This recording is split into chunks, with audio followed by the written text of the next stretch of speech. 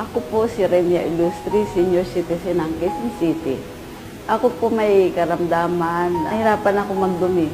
Simula nung nag-take ako ng Buamera, sa awa ng Diyos na ayos na, pati yung sa anak ko, ang kabilang pisngi niya ay namamaga. So maraming doktor na kami pinuntahan. Ang sabi, barado daw yung ugat sa pisngi niya. So nung umuwi ako, pinainom ko rin yung anak ko ng Buamera. Sa awa ng Diyos, sa loob ng isang buwan ng pag-inom niya, naayos na. Nakilala ko po si Buamera nung umuwi ako ng Saudi last year.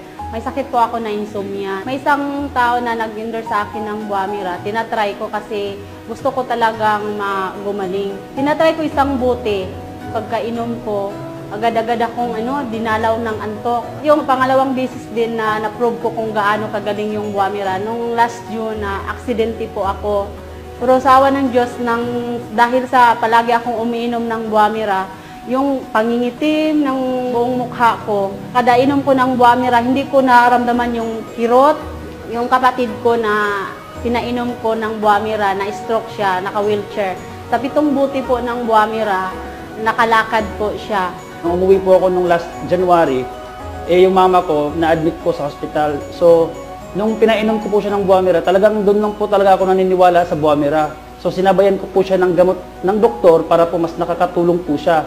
So, ngayon po, ang sabi po sa akin ng doktor na kasi po ang case po ng mama ko is yung ubo, talagang hirapan po siyang huminga.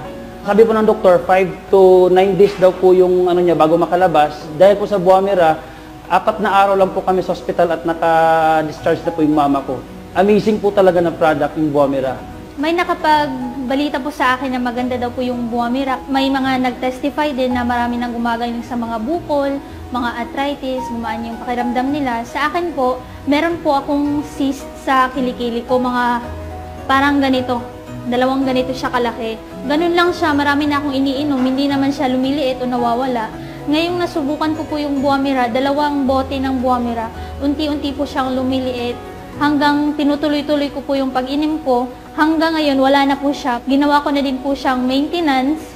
Nagkasakit po kasi ako, may trangkaso, sobrang taas po ng lagnat ko. And then sabi niya sa akin, laklakin ko daw yung isang boteng Buamera. So ininom ko po yun. After nun, kinabukasan, nawala yung lagnat ko, bumaba siya. So doon ako nagkaroon ng belief doon sa Buamera. Sabi ko, itry ko din kaya kay mama. Tapos trinay niya. 2 bottles siyang uminom noon ng 1 week. And then, sabi niya, ayoko na kasi nilalagnat ako Sabi ko, mawag, ituloy mo daw, sabi.